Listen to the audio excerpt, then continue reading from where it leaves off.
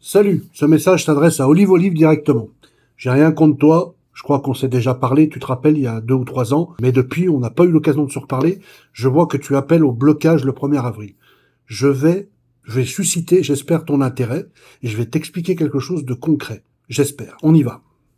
Dans ma vidéo, je vais parler de plusieurs leviers. La grève des taxes, le 0 litre, d'accord? Le gouvernement, il ne recule pas devant le bruit.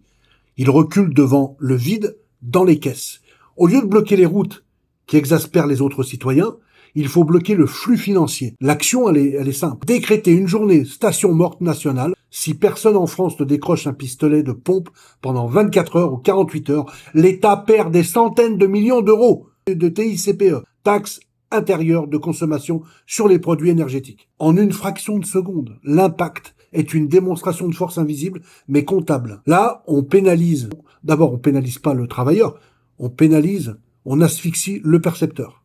Le levier numéro 2, le boycott ciblé des majors. Le gouvernement se retranche souvent derrière les marges des distributeurs. Donc l'action, en fait, c'est d'identifier l'enseigne qui réalise le plus gros profit et cesser collectivement d'y aller jusqu'à ce qu'un prix plancher, par exemple, soit négocié. L'impact, en créant une guerre commerciale, par exemple, entre les pétroliers, on force l'un d'eux à briser, si vous voulez, le marché vers le bas, tout simplement, pour récupérer ses clients. Le gouvernement est alors obligé de suivre le mouvement pour ne pas paraître déconnecté de la réalité du marché. Le 3e levier, l'action juridique. Grouper la classe action.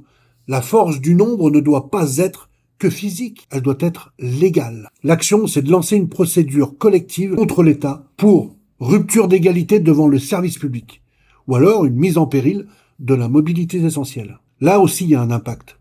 D'abord, ça va déplacer le combat du bitume vers les tribunaux. Par exemple, quand tu as 100 000 citoyens qui attaquent simultanément, le dossier devient un cauchemar politique et administratif. Impossible à ignorer pour l'exécutif. Le levier numéro 4, oui, le levier numéro 4, la convergence travail-consommation.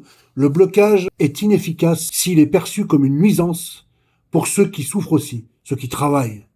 L'action, c'est de demander massivement le remboursement des frais réels ou l'augmentation immédiate de l'indemnité kilométrique dans toutes les entreprises de France le même jour. Là aussi, il y a un impact. Je m'explique. Si le prix du carburant devient un coût insupportable pour les entreprises et qui doivent alors finalement augmenter les salaires ou, par exemple, compenser les frais, eh bien le patronat, qu'est-ce qu'il va faire? Il va faire pression sur le gouvernement. Et là, le cri du peuple devient alors le cri de l'économie. Écoute, moi, j'ai pas à te dire vraiment ce que tu dois faire. Je comprends ta colère et je soutiens la plupart des choses que tu fais, que tu dis. Il y a des gens qui t'aiment pas, j'ai vu en commentaire sur ta vidéo, les gens sont des microcéphales invétérés, la plupart d'entre eux, ils ne veulent pas comprendre ta colère. Cette colère, elle est légitime.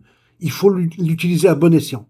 Il faut faire les choses intelligemment. Le gouvernement est puissant, plus puissant que nous. Sans nous, le gouvernement n'existe pas. Donc il faut faire des choses légales et peut-être susciter l'intérêt au gouvernement de devoir reculer ou de s'intéresser à ce qu'on dit. J'espère qu'il t'arrivera rien, parce que là, comme t'es parti, j'ai peur qu'un jour on vienne te passer les menottes. J'ai pas envie que ça arrive. Ça, c'est de la bienveillance. Je suis à ta disposition, t'as envie de me contacter.